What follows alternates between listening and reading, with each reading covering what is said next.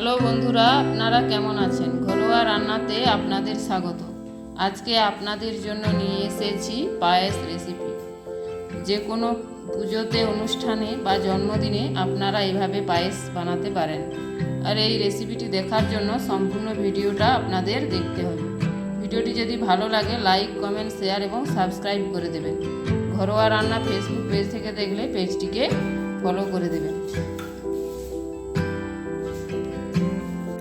দেখুন বন্ধুরা, এই রেসিপিটির জন্য নিয়েছি গোবিন্দভোগ চাল 250 গ্রাম, ভালো করে ধুয়ে নিয়েছি দুধ, নিয়েছি গুঁড়ো দুধ, সাদা বাতাসা, মিশ্রি, নিয়েছি তেজপাতা, কাজু বাদাম, নিয়েছি কিশমিশ, ঘি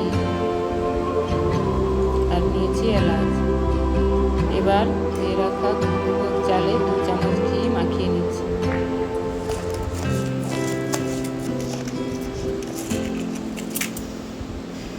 এবার কড়াইতে আরও 2 চামচ পরিমাণ ঘি দিয়ে গরম করে নিচ্ছি।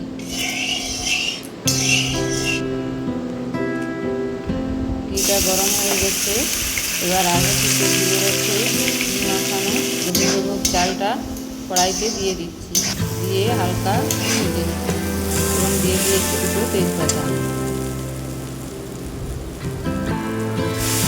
হালকা ভেজে নিয়েছি। এবার দিয়ে দিচ্ছি 1 লিটার পরিমাণ দুধ এবং দুধ আর চাল একসঙ্গে এভাবে ফোটাতে থাকবো, তাহলে দুধটাও ঘন হয়ে যাবে এবং চালটাও সেদ্ধ হয়ে যাবে। এবার গুঁড়ো দুধটাতে একটু গরম জল দিয়ে ভালো করে মিশিয়ে দিচ্ছি।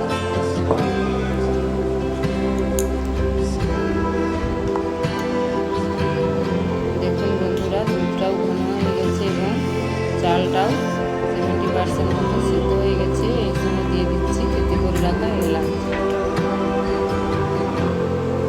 এবং দিয়ে দিচ্ছি গুঁড়ো দুধের মিশ্রণটা।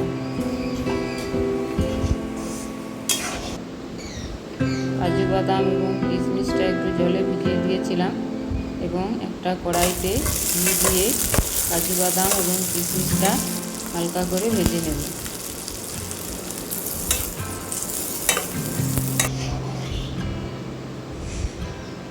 এদিকে চালটাও সেদ্ধ হয়ে গেছে। এবার ভেজে রাখা কাজু বাদাম এবং কিশমিশ দিয়ে আরও 10 মিনিট এভাবে ফুটিয়ে নেব।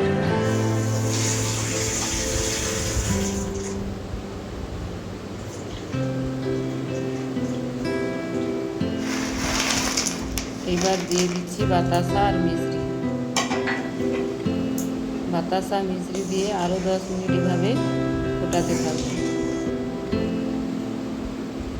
দেখুন বন্ধুরা, পায়েসটা খুব সুন্দরভাবে তৈরি হয়ে গেছে।